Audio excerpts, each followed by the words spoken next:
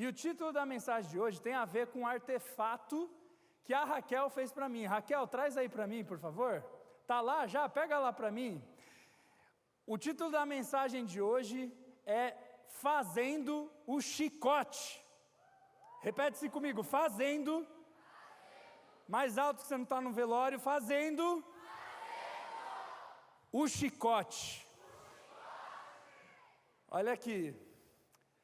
A Raquel fez o nosso chicote. Aí você pensa, é um chicote de papel crepom. Será que é de crepom? Vamos testar? Olha, tem uma água, os caras deixaram água no templo. Vamos dar uma chicotada nesse copo? Será que é só crepom aqui? Vira o trocinho para fazer mais barulho, para dar mais emoção. Isso. Aí, ó, derrubei. É o microfone, Mari. Virar o microfone para cá. Não dá? Ah, então tá bom. Eu queria que fizesse um barulhão assim, ó. Não faz um barulhão. Mas a gente vai chamar um adolescente, vai dar na... Brincadeira.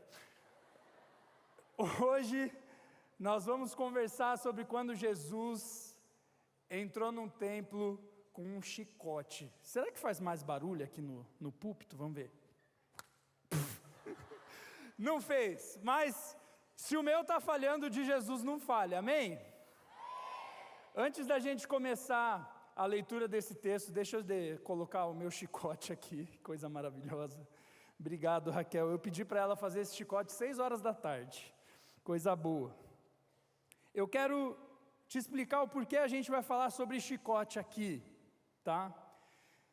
Nós temos orado aqui no nosso ministério para Deus nos visitar. Quem quer ser visitado por Deus aí? Deixa eu ver.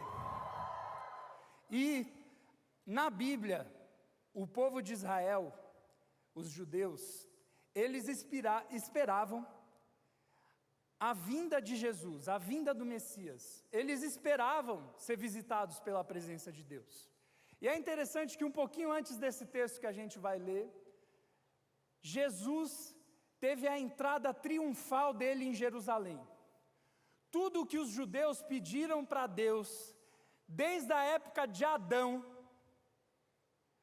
a visitação plena de Deus, aconteceu quando Jesus entrou em Jerusalém montado num burrinho.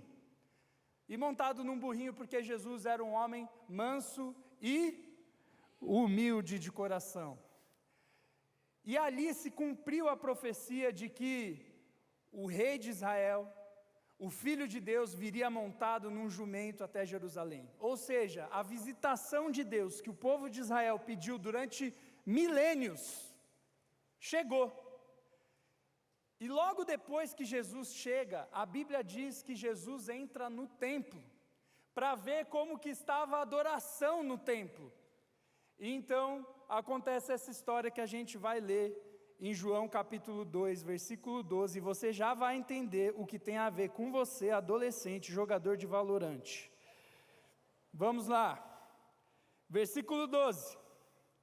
Depois disso ele desceu a Cafarnaum com a sua mãe, os seus irmãos e os seus discípulos. Ali ficaram durante alguns dias. Quando já se aproximava a Páscoa judaica, Jesus subiu a Jerusalém. No pátio do templo, encontrou alguns vendendo bois, ovelhas e pombas, e outros sentados diante de mesas, trocando dinheiro. Então ele fez um chicote, tipo esse aqui, de cordas, e expulsou todos do templo, bem como as ovelhas e os bois. Espalhou as moedas dos cambistas, virou as suas mesas e disse aos que vendiam pombas: tirem estas coisas daqui, parem de fazer da casa do meu pai um mercado. Os seus discípulos lembraram-se do que está escrito: o zelo pela tua casa me consumirá. Então os judeus lhe perguntaram: que sinal milagroso pode mostrar-nos como prova de sua autoridade para fazer tudo isso? Jesus lhes respondeu: destruam este templo, e eu o levantarei em 3 dias. Os judeus responderam: este templo levou 46 anos para ser edificado, e você o levantará em 3 dias? Contudo, o templo ao qual ele se referia era o seu corpo. Assim, depois que ressuscitou dentre os mortos, os seus discípulos lembraram-se do que ele tinha dito, Então creram na Escritura e na palavra que Jesus dissera. Enquanto estavam em Jerusalém, na festa da Páscoa, muitos creram no seu nome, porque viram os sinais milagrosos que ele realizava. Jesus, porém, não se confiava a eles, pois conhecia a todos. Não precisava que ninguém lhe desse testemunho a respeito do homem, pois ele bem sabia o que havia dentro do ser humano. Olha só que interessante. O povo de Israel estava pedindo a presença de Deus, então Deus chega na forma de Jesus, Deus em carne. Olha aqui para mim, sai do celular da Bíblia, olha aqui para mim. E aí a Bíblia diz que Jesus entra no templo. E agora se coloca no lugar das pessoas que estavam naquele templo. Eu perguntei aqui quando eu comecei a mensagem, se você queria a visitação de Deus. Todo mundo fez E eu imagino que tinha pessoas, quando viram Jesus entrando no templo, fizeram Só que houve uma quebra de expectativa ali. Ao invés de Jesus entrar e começar um culto, pregar uma palavra, fazer um louvor, todo mundo começar aqui, aleluiado, a Bíblia diz que Jesus foi fazer um chicote. Você prestou atenção que Jesus não pegou simplesmente um chicote, ele fez um chicote. A palavra diz que ele foi até lá, e quando ele viu o que estava acontecendo, ele decidiu fazer um chicote. E é interessante isso porque não foi um roupante de ira de Jesus. Jesus não chegou e reagiu. Olha no versículo 15, a Bíblia diz assim: então ele fez um chicote de cordas e expulsou todos do templo, bem como as ovelhas e os bois. Jesus fez um chicote. Mas por que Jesus fez esse chicote? Do versículo 14 até o 16 está escrito. Ele diz que quando ele chega lá, tinham homens vendendo bois, ovelhas, tinha gente trocando dinheiro, e então Jesus fica indignado, e aí ele vai fazer um chicote. Mas por que ele ficou indignado? Porque naquela época o culto envolvia sacrifícios de animais pelo perdão do pecado. Jesus ainda não havia morrido por nós, então eles ofereciam carneiros para Deus, em sinal de remissão dos pecados e celebração de culto. E aí, para facilitar o culto, alguns homens começaram a vender bois e carneiros dentro do templo. Aí você pensa, pô pastor, é uma boa intenção, eles já usavam para fazer o culto, então era melhor ter ali. O problema é que eles começaram a usar o culto como desculpa para fazer dinheiro. Já viu alguma igreja acontecendo isso hoje em dia? Isso é velho. Na época de Jesus já acontecia. E ali Jesus fica indignado. Só que Jesus ele não reagiu. Sabe quando você vê uma coisa na internet que você fica indignado, seu dedo começa a coçar para você digitar aquela resposta do capeta? E aí você vai lá e posta, aí você se arrepende, aí você edita, aí não dá mais tempo. Não foi isso que Jesus fez. Jesus ficou indignado, mas ele é manso e humilde de coração, então mesmo quando ele se irava, era uma ira controlada, uma ira santa. É óbvio que ele não queria que o templo, que fosse o lugar que representasse a presença de Deus, se tornasse um comércio. Então a Bíblia diz que ele foi para casa e fez o chicote. Você consegue imaginar quanto tempo Jesus ficou ali fazendo o chicote? Se a Raquel demorou meia hora para fazer esse aqui, e você deve estar perguntando, como fez barulho esse monte de crepom? Tem uma corda aqui, ó. Enfim, imagina Jesus. Eu imagino que ele deve ter ficado fazendo o chicote e falando, Deus, perdoa eles, eu vou lá ensinar algo para eles, que a casa do meu pai não é um covil de ladrões, a casa do meu pai não é um lugar de fazer dinheiro, a casa do meu pai é um lugar onde será chamado de casa de oração. E eu vou ensinar isso para eles hoje. E teve vezes que Jesus ensinava abraçando, mas dessa vez ele ensinou com um chicote. Jesus agrediu as pessoas, pastor? Não, ele só expulsou todo mundo do templo, com um pouquinho mais de energia. E a primeira coisa que esse texto ensina para mim e para você, que queremos viver a presença de Deus, é que quando nós entramos na presença de Deus, nós temos que tomar cuidado com as nossas intenções. Olha para quem está do seu lado e fala assim: cuidado com as suas intenções ao entrar na presença de Deus. Por quê? Porque assim como aqueles homens usavam o culto de desculpa para ganhar dinheiro, eu e você muitas vezes usamos o culto, usamos a Bíblia como desculpa para cumprir outras intenções. Então você está lá se arrumando para vir no culto e falando para você mesmo ou para você mesma: eu vou ficar bem bonito para adorar a Deus, bem bonita, mas no fundo qual que é a intenção? Ele vai estar lá, ela vai estar lá. A gente começa a torcer as motivações. Eu não estou dizendo que não é para você procurar alguém para casar dentro da igreja, que é o melhor lugar para você casar com alguém, desde que a pessoa venha aqui com a intenção certa. E quantas vezes eu e você, assim como aqueles homens, entramos na presença de Deus com outras intenções. A gente fala que ama Jesus, mas o melhor jeito de ver as nossas intenções com Jesus é você parar para analisar um pouco as suas orações. Quem aqui ora todo dia? Deixa eu ver. Você já parou para pensar no que você ora? Tipo, não durante a oração, depois. Você já parou para analisar o que você está orando? Será que a minha oração é sempre para mim, me dá, eu quero, eu preciso? Eu não estou dizendo que você não pode pedir coisas para você.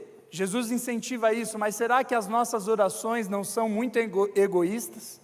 E no lugar da adoração a Deus, as minhas intenções não é buscar a Deus, mas é simplesmente receber o que Deus pode me dar?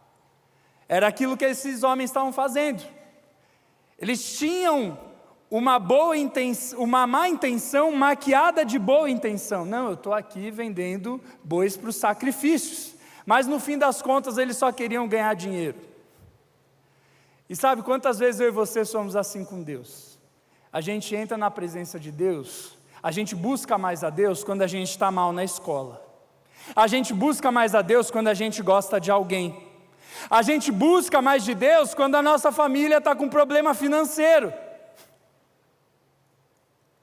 A gente busca mais de Deus quando a gente quer muito uma viagem. A gente busca mais de Deus quando a gente quer saber a nossa profissão. No fim das contas, a gente não busca a Deus porque a gente ama a Deus. A gente busca a Deus porque a gente ama o que Ele dá para nós. A gente vem para o culto não para adorar a Deus, para entregar tudo para Deus. Eu venho para o culto para receber uma boa palavra. Eu venho para a PIB porque lá tem ar-condicionado. Eu venho para a PIB porque lá tem umas meninas bonitas. Eu venho para a PIB. E aí você começa a torcer as motivações. E aí nós não entendemos o porquê quando nós chamamos a presença de Deus, Jesus chega perto de nós com um chicote. E aí tem gente que tem a impressão que Deus está sempre irado. Não, a Bíblia diz que Jesus ama. Foi Ele quem disse: ame ao teu próximo como a ti mesmo. Ele pregou o amor, mas um amor com a intenção certa. E esse chicote de Jesus não era um chicote para matar, tanto que quem morreu crucificado foi Ele não crucificou ninguém, não bateu em ninguém, não matou ninguém. Mas o chicote de Jesus ali era um símbolo de correção. Ele queria corrigir a intenção original da existência daquele templo. A intenção original da existência daquele templo não era com que pessoas ganhassem dinheiro, não era com que pessoas tivessem muitas facilidades na sua vida e no seu culto. A intenção daquele templo é que as pessoas fossem lá se entregar por inteiro para Deus. Então ele vai lá com o chicote corrigir isso. Ele vira a mesa dos cambistas. Os cambistas eram tipo aqueles caras que você vai no jogo, que vende o ingresso falso lá. Quem conhece os cambistas? Já comprou ingresso de cambista, né? Rapaz. Jesus foi lá e expulsou todo mundo. Porque ele falou, a minha casa será chamada de casa de oração, e não de um covil de ladrões, não de um núcleo de ladrões. E tem duas histórias que eu acho muito interessante sobre intenção do coração. Eu lembro que quando o pastor Michel era pastor de adolescentes, ele contava uma história muito boa sobre intenções. Ele falou que um dia, uma quadrilha ia roubar um banco. Os assaltantes se reuniram em grupo para roubar um banco. Só que eles eram assaltantes evangélicos. Você já viu isso no Brasil? Eu já vi bastante coisa desse tipo aqui. Eles eram assaltantes evangélicos. As mães deles eram tias do coque. Sabe a tia do coque da Assembleia de Deus? Aleluia. Então, o líder da quadrilha falou, é o seguinte, nós vamos assaltar este banco, mas nós vamos orar antes. Então eles se reúnem e começam, Senhor, abre o cofre sem a gente precisar fazer nada. Senhor, abre o caminho. Senhor, fura o pneu dos carros da polícia. Senhor, que a gente consiga levar o nosso fardo, porque o seu fardo é leve, que cada fardo de dinheiro seja leve. Às vezes eu e você somos assim com Deus. A gente é cheio das intenções por trás, para o nosso benefício. Eu lembro quando eu era adolescente, eu já contei essa história aqui, eu fui perder o meu bebê. E aí eu lembro quando eu fui perder o meu bebê, eu tive a audácia de beijar a menina, enquanto eu estava beijando a menina, eu estava, obrigado Jesus. Estava pecando. Mas por que ficar é pecado? Porque a Bíblia ensina a permanecer, a aliança, meu filho. Se ele vier pedir para ficar com você, larga ele. Não existe essa de ficar sério, não. Tem que ir na casa do pai e da mãe e falar, eu amo a tua filha, eu tenho interesse de um relacionamento sério com ela, você me abençoa. Se ele não é homem para fazer isso, ele não é homem para beijar você. Tá bom? Ai pastor, que coisa de antigamente. Tem coisas de antigamente que fazem mais sentido do que as de hoje. Porque se ele não tem coragem de te assumir na frente dos seus pais, na hora que você não estiver na mesma festa que ele não vai te assumir na frente de outra menina bonita. Tá? Então, cuida com as intenções. Cuida com as intenções. Tem gente aqui hoje que o chicote de Jesus vai estalar para você. Ele está falando, ei, por que você está vindo para a igreja? Por que você faz o que você faz? Cuida com as suas intenções, para eu não precisar ir aí com o chicote. Mas se precisar, é um chicote corretivo e não destrutivo. Amém? Hoje muita gente vai sair com a lombar doendo, mas vai sair curado em nome de Jesus. Amém. Segunda coisa que esse texto nos ensina é sobre zelo. O versículo 17, ele fala sobre o zelo de Jesus. O que é zelo? É cuidado. Depois que os discípulos veem Jesus falando isso, e fazendo isso, os discípulos dizem assim, o zelo pela tua casa me consumirá. Eles lembraram desse versículo. Eles lembraram que o Filho de Deus teria um cuidado tão grande pela presença de Deus, que o zelo ia consumir ele. Então a primeira coisa que esse texto nos ensina é cuide com as intenções. A segunda coisa é cuide com o falso zelo. Repete em voz alta comigo, cuide com o falso, mais alto, zelo. Onde está escrito isso? Em Marcos 11, o outro texto que diz respeito da mesma situação de Jesus purificando o templo, fala um pouquinho sobre essa situação de outro aspecto. Eu vou ler ele aqui, você não precisa abrir, mas no versículo 15 de Marcos 11, Marcos começa a contar a mesma história de uma ótica diferente. Ele diz assim: chegando em Jerusalém, Jesus entrou no templo e começou a expulsar os que estavam vendendo e comprando. Derrubou as mesas dos cambistas e as cadeiras dos que vendiam pombas, até aí tudo igual, e não permitia que ninguém carregasse mercadorias pelo templo. Ele os ensinava. Jesus pegou o chicote para ensinar, dizendo: não está escrito, a minha casa será chamada casa de oração para todos os povos, mas vocês fizeram dela um covil de ladrões. Os chefes dos sacerdotes e os mestres da lei ouviram essas palavras e começaram a procurar uma forma de matá-lo, pois temiam, visto que toda a multidão estava maravilhada com o seu ensino. Olha só que interessante, aqui a Bíblia está mostrando o falso zelo dos sacerdotes e dos mestres da lei. Como assim? Jesus entrou no templo, derrubou tudo, só que aqui o texto de Marcos acrescenta algo. Ele pegou o chicote e ele estava ensinando. Não está escrito, a minha casa será chamada de casa de oração para todos os povos, mas vocês fizeram dela um lugar de uma quadrilha, a quadrilha evangélica. E aí ele expulsa aqueles homens de lá. Então os mestres da época, os homens responsáveis pelo ensino no templo, ficam indignados com Jesus. Por quê? Porque com certeza eles também lucravam com aquilo. E eles ficam indignados com Jesus. Quem é esse cara para chegar e acabar com o nosso negócio? Quem ele acha que ele é? Então eles começam a fazer planos para matar Jesus. Só que é interessante que esses homens que fazem planos para matar Jesus, e alguns capítulos depois na Bíblia eles conseguem crucificar Jesus, eles eram homens que se consideravam zelosos pela presença de Deus. Tinha até um grupo deles que buscava a presença de Deus de uma maneira mais rígida que os outros. Eles tinham cuidado com a presença de Deus, só que era um cuidado hipócrita. O que é a hipocrisia? Ela pode ser explicada de duas maneiras. Ou você dizer para alguma coisa: olha, faça isso, mas você mesmo não faz. Esse é um tipo de hipocrisia.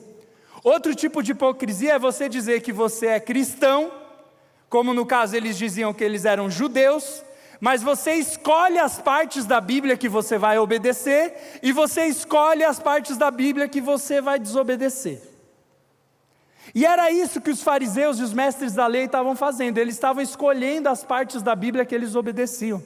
Tanto que em Mateus 23, Jesus fala com eles e começa a falar que eles são hipócritas.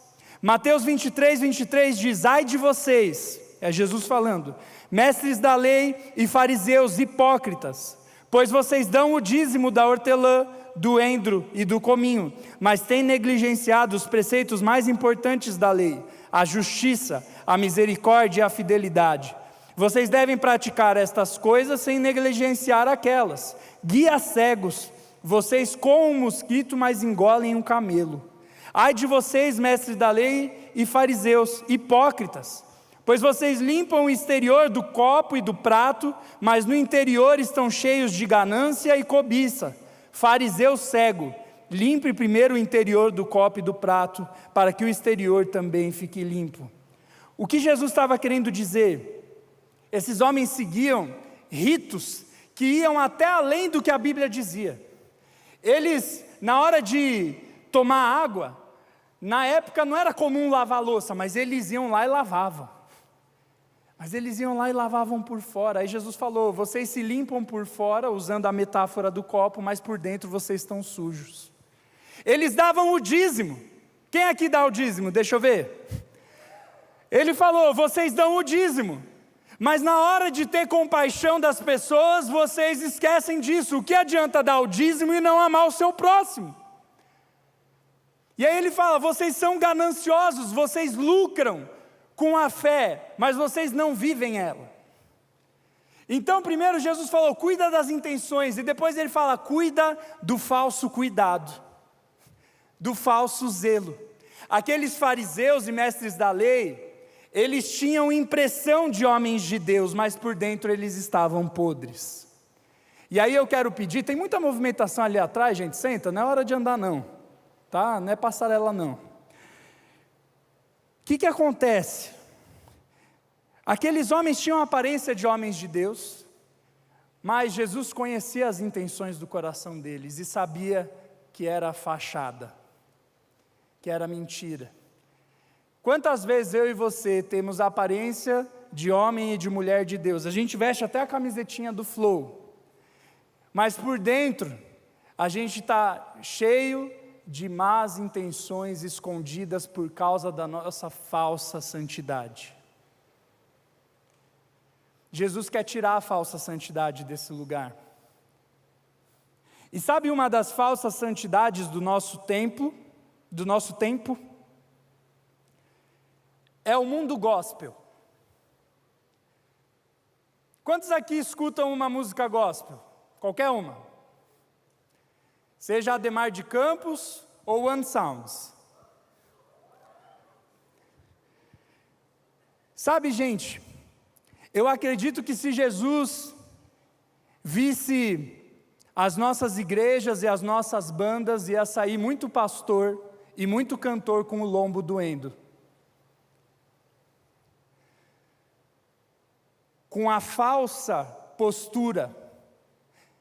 Sabe, gente, eu estou preocupado com alguns de vocês aqui. Quem aqui vai na casa de oração da nossa igreja? Eu estou preocupado com vocês. Eu estou preocupado porque eu vejo vocês imitando pessoas que vocês não conhecem. Vocês adoram e gritam e cantam como pessoas que vocês não conhecem. E qual que é o problema disso? Eu estou falando que todo cantor gospel não é homem de Deus? Não, eu não sou Deus para saber a intenção das pessoas. Mas o apóstolo Paulo diz, sejam meus imitadores como eu sou imitador de Cristo. Como Paulo conseguiu dizer isso? Porque as pessoas conheciam Paulo. Então elas podiam imitar Paulo com tranquilidade no coração, pois elas conheciam Paulo. E eu vejo dentro da nossa igreja, nós imitando maneiras de aplaudir, maneiras de gritar, maneiras de tremer na presença de Deus, imitando pessoas que nós não conhecemos. Qual que é o problema disso, pastor? Aqui na nossa igreja a gente faz conferência faz alguns anos. Nós conhecemos muito cantores e artistas gospel. E a gente já se decepcionou com muitos deles. Gente que chegou aqui na nossa igreja e a gente falou, vamos ali entrar na Kombi da igreja, a gente vai te levar no restaurante. A cantora gospel, de música que talvez você ouça até hoje, falou, eu não vou entrar nessa Kombi. É verdade ou não é, Zé? Cuidado. Cuidado. Cuidado com quem você imita. Cuidado com o falso zelo. Por que você bate palma do jeito que você bate quando toca a música que você gosta? É direto, não é indireto que eu estou falando. Por que você adora a Deus do jeito que você adora? Você conhece quem você está imitando? Cuidado. Cuidado. Cuidado. Sabe quem é o pastor que eu mais admiro? E eu não estou querendo aumento nem nada. É o Michel. Eu conheci vários pastores famosos já. Eu já fui para o encontro dos maiores pastores das maiores igrejas do Brasil falar sobre ministério de adolescentes. Eu fui lá ano passado. Conheci todos esses que você vê indo em podcast, Sabe quem é o que eu mais admiro? O Michel. Sabe por quê? Não quer dizer que eu não admire outros pregadores, mas o Michel eu conheço. Eu sei onde ele mora. Eu conheço ele desde que ele tinha 26 anos, hoje ele tem 40. Eu conheço ele desde que ele era o pastor dos adolescentes e tinha 300 adolescentes dentro da capela da igreja. Eu já fui na casa dele, ele já foi na minha casa. Ele fez o meu casamento, eu já me abri com Ele. Ele já me pediu perdão, eu já pedi perdão para Ele. Eu conheço esse homem de Deus. Então, se for para eu imitar alguém, eu vou imitar Ele, não o cantor gospel que eu vejo. Sabe por quê? Tem muita coisa suja escondida no mundo gospel. Muita coisa suja. Só que aqui na nossa igreja nós temos uma postura de não citar nomes. Só que a gente conheceu histórias de ministro, dessa vibe, uhul, de vamos buscar a Deus, que falou assim, ano que vem eu vou fazer minha aposentadoria. Esses são os caras que nós vamos copiar nas nossas casas de oração? Não, aqui não. E eu estou fazendo isso porque eu amo vocês. Cuidado com o falso zelo, com o falso evangelho. Pessoas vestidas de homens de Deus. A gente está cansado de ver coisas surgindo do mundo gospel. Tal pastor caiu, tal pastor fez não sei o quê, tal pastor fez não sei o quê, porque virou um mercado. E eu tenho certeza que Jesus ia entrar em muitas das nossas conferências com um chicote, separando o joio do trigo. Cuidado com quem você imita, cara. Eu estou falando isso porque eu te amo. Eu lembro uma vez que a gente teve uma conferência, e um pastor começou a orar para as pessoas caírem no chão no espírito. E aí eu vi uma adolescente que eu cuidava, na antiga school, que chamava BAC, tinha 15 adolescentes, então eu conhecia todo mundo, e eu vi ela caindo. Eu falei, pô, será que ela teve uma experiência com Deus? Quando eu fui perguntar para ela, fulano, e aí, como é que foi? Eu vi que você caiu quando o pastor orou por você. Ela falou, ele orou por um, caiu, orou por outro, caiu. Quando ele chegou em mim, eu falei, eu vou cair, eu não sou mal educada. Ela falou, pastor, eu caí por educação. Às vezes o cara que você olha no meio do culto, achando que ele está tendo uma baita experiência com Deus, é falso zelo. Cuidado, porque um dos maiores problemas da nossa geração, depois do mercado gospel, é o misticismo gospel. É o clube santo. Deus não criou clube santo, Deus criou igreja. Cuidado. E aí a gente vê os pastores místicos, as pessoas místicas que têm revelações de Deus. Jesus está com o chicote na mão. Porque são pessoas falando em nome de Deus que estão vivendo falso zelo. Cuidado. Cuidado, se arrependa, não imite. A Bíblia tem experiências sobrenaturais, mas o foco nunca é na experiência sobrenatural, é muito mais na edificação e na amizade com Cristo. Cuidado para não transformar a igreja numa espécie de macumba gospel, onde eu recebo o Espírito Santo e... Não é isso que nós viemos fazer aqui, amém? Primeira coisa, cuide com as suas intenções. Segunda coisa, cuide com o falso zelo, com o cair por educação. Terceira coisa, está em Marcos 11 também, que é um dos textos que fala sobre essa passagem de Jesus entrando no templo, é cuide com a aparência de glória que não gera frutos. Eu vou diminuir, repete assim comigo, cuide com quem não gera frutos. Como assim? Marcos 11, um pouquinho antes de Jesus chegar e entrar no templo expulsando as pessoas de lá, ele viveu algo especial.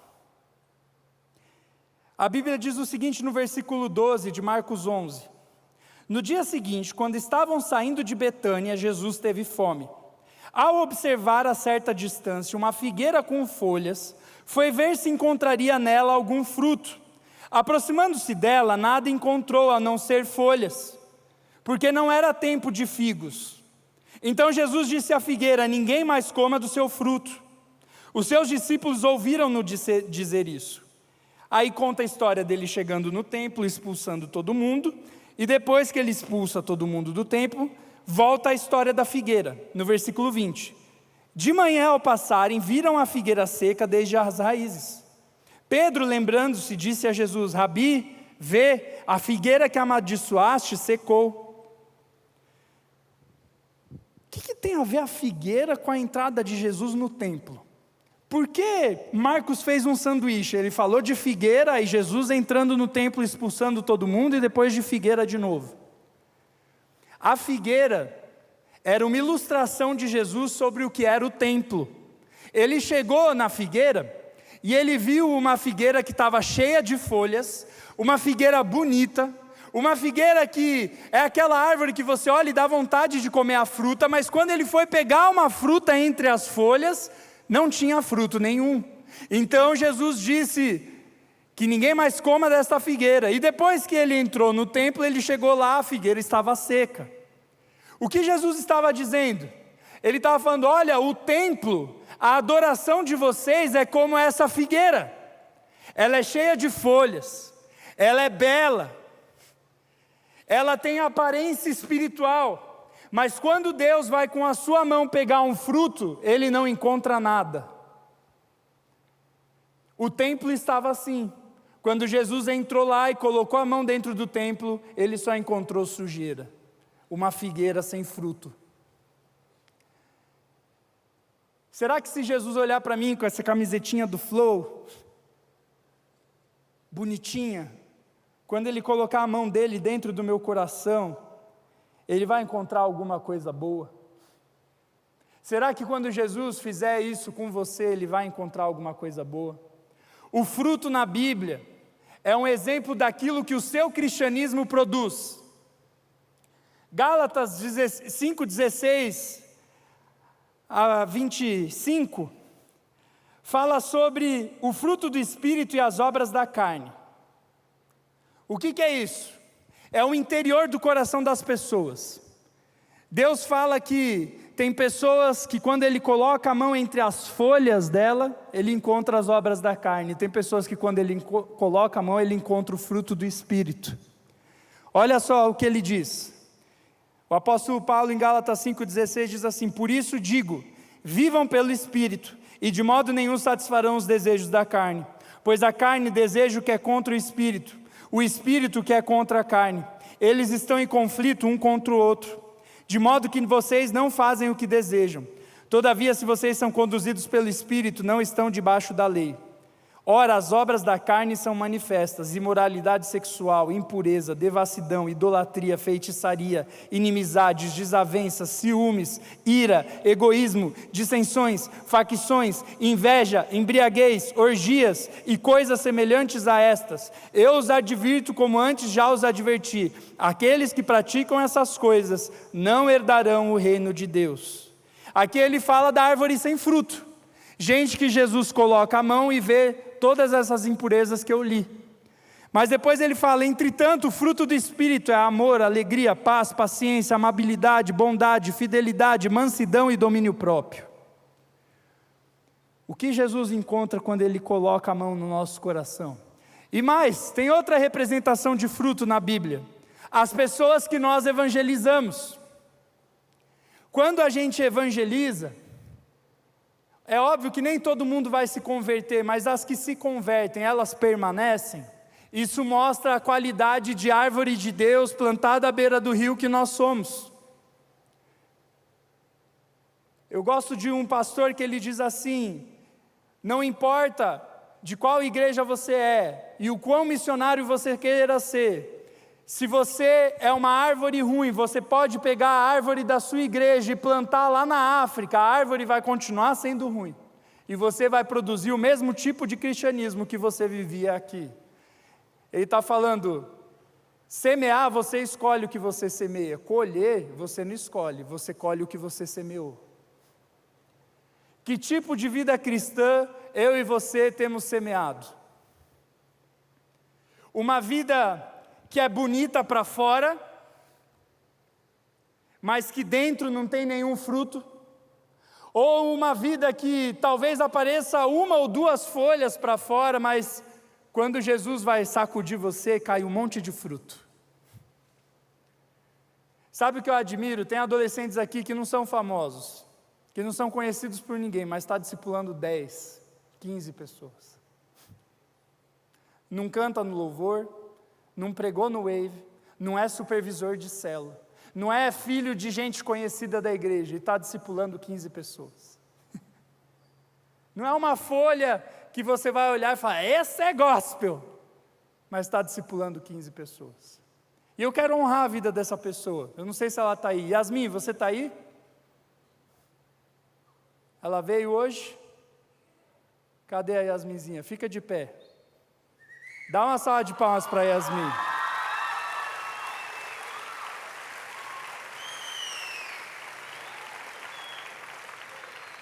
Você nunca viu ela falando, dizendo nada aqui. Mas eu tenho que dar bronca nela de tanto que ela cuida de gente. Menina, você está no 3º ano, você precisa estudar. Não falo isso para você? Pode sentar, Yasminzinha.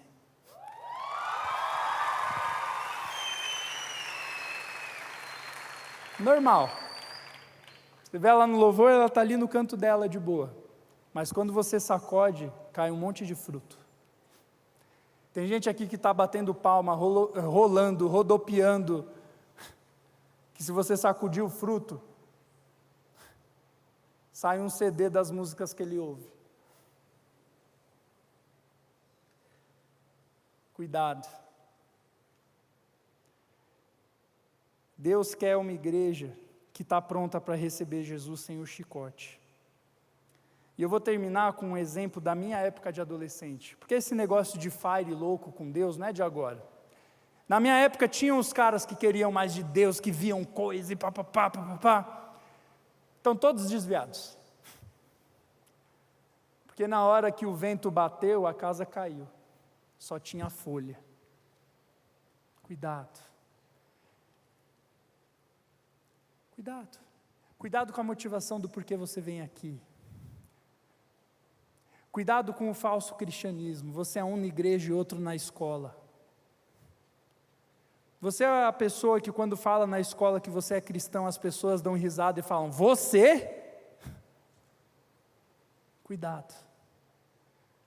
Hoje Jesus está vindo com um chicote. Daqui a um tempo ele vai vir na glória de Deus com os seus anjos. E naquele dia, muitos vão falar, Senhor, eu cantava F-Hop. Senhor, eu era líder de célula. Senhor, eu era ministro da igreja. Senhor, eu expulsei demônio. Jesus vai falar, eu não te conheço. E nesse dia já não vai mais ser chicote. Aproveita que hoje é chicote, para se arrepender do falso cristianismo. Amém? Fica de pé aí no seu lugar.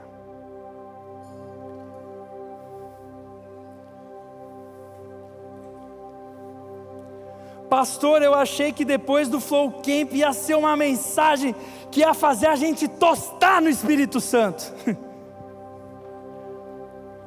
A glória de Deus só enche templo limpo. A glória de Deus não enche templo que está uma bagunça. A glória de Deus não enche templo que tem flores bonitas, que tem músicas bonitas. A glória de Deus enche templo manso e humilde como o coração de Jesus. Hoje Jesus quer que a gente frutifique. Jesus falou para mim as coisas que eu faço para ser aprovado pelos outros, para ser visto pelos outros. As minhas más intenções quando eu falo alguma coisa. E ele falou, ei, eu vou te dar uma chicotada, hein, seu careca.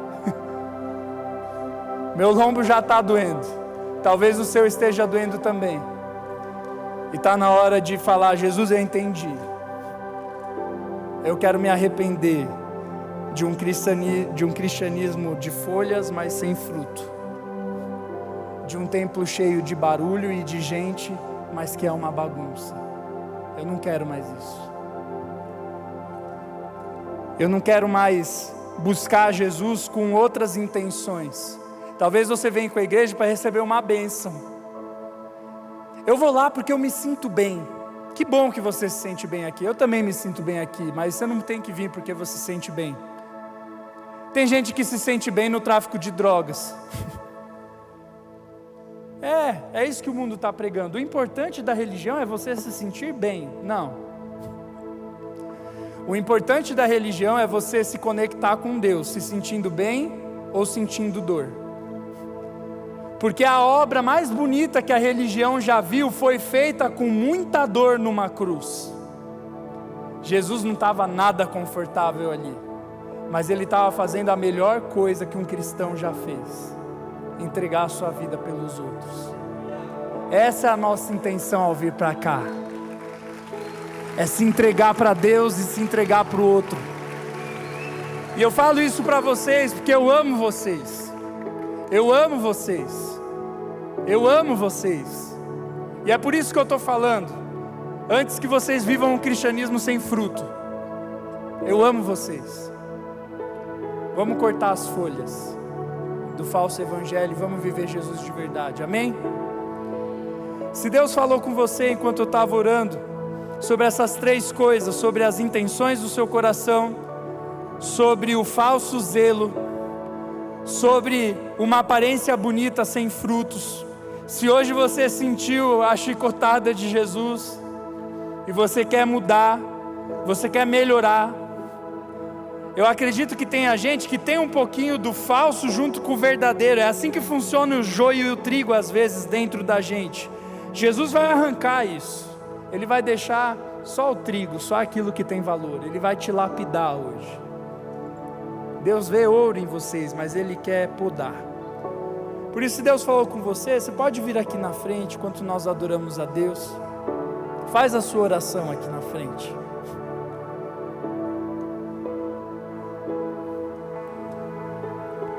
Faz a sua oração. Se você está no seu lugar e não for vir aqui, fala: Deus, sonda o meu coração. Vê se tem alguma coisa que não vale a pena e tira, porque eu quero te adorar em espírito e em verdade. Eu quero que o templo que eu sou seja um templo que recebe Jesus sem chicote, que recebe o Jesus que me abraça e que me ama. É o mesmo. Às vezes Ele vai vir com chicote, mas eu quero menos chicote.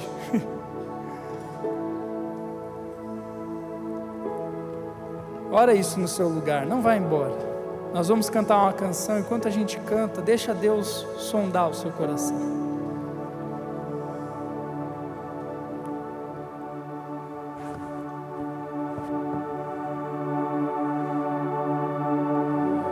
Senhor Jesus, nos perdoa, Deus. Nos perdoa quando nós vivemos um evangelho que não é o seu, é o nosso, cheio de intenções por trás, com capítulos da Bíblia que a gente obedece e com outros que a gente escolhe não obedecer. Nos perdoa, Jesus. Deus, nos perdoa quando a gente quer ser usado por Deus na vida dos outros e nós temos as nossas limitações. Deus, age com graça, traz maturidade para nós. Deus, traz maturidade para esses meninos e meninas que estão aqui, que quando o Senhor sacudir eles de novo, caia muitos frutos, muitos frutos, muitos frutos, muitos frutos, o fruto do seu Espírito e discípulos, fruto do seu Espírito e discípulos, que quando o Senhor me sacudir, que isso aconteça, que quando o Senhor sacudir quem está de pé, quem está em casa, Deus, que o Senhor encontre algo em nós, além das nossas folhas, que o Senhor não encontre um templo bagunçado. É assim que eu oro no Teu nome, Jesus. Vai à frente das áreas vulneráveis da nossa vida cristã, com a Sua graça, Jesus, em nome de Jesus. Amém. Amém. Você que ficou aqui na frente, fica aí no seu lugar. Deixa eu falar um negócio para você e para todo mundo aqui. A gente vai fazer mais uma oração como a gente faz sempre. aí a gente canta uma música e vai embora. Sabe uma coisa que a gente não consegue entender às vezes? É que a gente acha sempre que Deus está irado, ou que Deus só é amor. Jesus é as duas coisas. O mesmo Jesus que morreu na cruz por amor é o mesmo Jesus que pegou um chicote. O mesmo Jesus que é manso e humilde é o mesmo Jesus que olha para nós e fala: ei, você está errado, você precisa mudar isso. E às vezes a gente acha que Deus está bravo com a gente o tempo todo. Não é isso. Você se torna maduro espiritualmente quando você entende que quem ama fala a verdade. E Hebreus 12 diz que os filhos legítimos de Deus são aqueles que Ele puxa a orelha. Você sentiu sua orelha sendo puxada nesse culto? Jesus ama você, porque a gente fala a verdade para quem a gente ama. Quem a gente não ama, se a gente vê a pessoa fazendo besteira, eu nem conheço direito, deixa ela fazer o que ela quiser. Mas quando a gente ama e você vê a pessoa se enfiando num buraco, você não consegue olhar e não fazer nada. Você vai lá, estende a mão e fala: cara, por que você se enfiou nesse buraco? Vem, eu vou te tirar daqui. É isso que Jesus está fazendo. Ele está te tirando do buraco. E tem pessoas aqui hoje que Jesus quer tirar de um buraco emocional, espiritual principalmente. Pessoas que não conhecem a Jesus e você veio aqui pela primeira vez e nunca tinha ouvido Jesus desse jeito. Deixa eu te explicar uma coisa. Jesus, assim como Ele cuida de nós aqui, eu falei bastante coisa de crente, mas se você não é cristão, mas enxergou o amor de Deus puxando a nossa orelha, e você fala: eu quero um pai que cuida de mim. Talvez você não se sente tão cuidado pelo teu pai, pela tua mãe. Talvez você não sabe o que é um amor de um pai.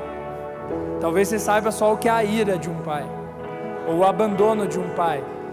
Jesus hoje Ele está falando: ei, você vai conhecer o melhor pai através de mim.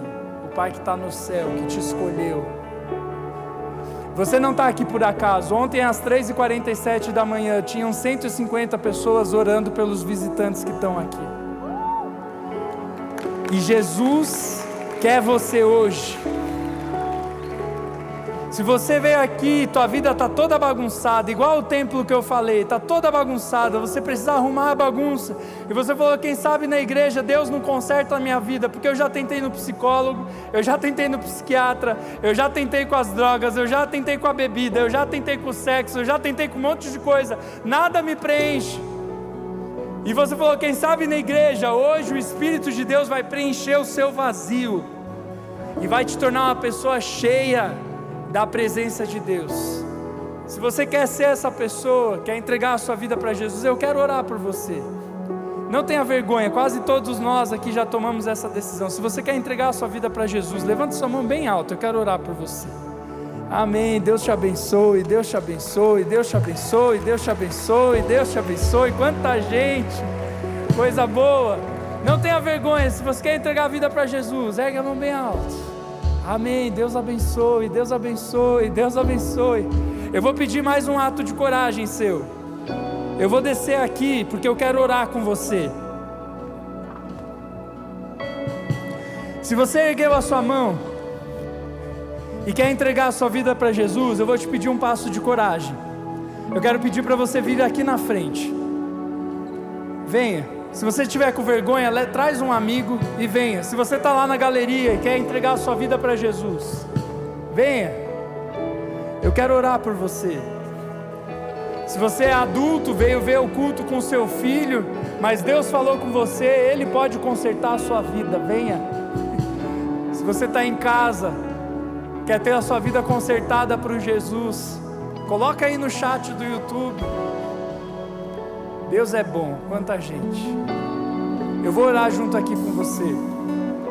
Essa oração que eu vou fazer com você não é miraculosa. Tipo assim, eu vou orar com o pastor, aqui ó, igual jogador de futebol, sabe? Que o cara entra no campo e faz assim ó, agora vai. Não é isso não. Isso aí é falsa aparência de evangelho. Isso não é evangelho. Evangelho é você agora falar: Jesus, minha vida está uma bagunça, arruma essa bagunça pelo resto da minha vida até eu te encontrar. É todo dia. Você vai ter que tomar essa decisão todo dia. Quando você sair daqui, os seus amigos vida louca vão estar tudo te mandando mensagem. Ali você vai decidir de novo se você quer Jesus ou não. Está entendendo? É todo dia, todo dia, todo dia. Só que, sabe uma coisa boa? Sabe por que a gente vem na igreja? Porque a gente precisa de gente boa. Tem dias que você está mal, você está com vontade de largar tudo, de chutar o balde, de fugir de casa. Talvez você até tenha tentado fugir de casa. Nesse dia você precisa de alguém que fale: ei, Jesus está com você. Não chuta o balde não. Não abandona Jesus não. Não volta para a sua vida antiga não.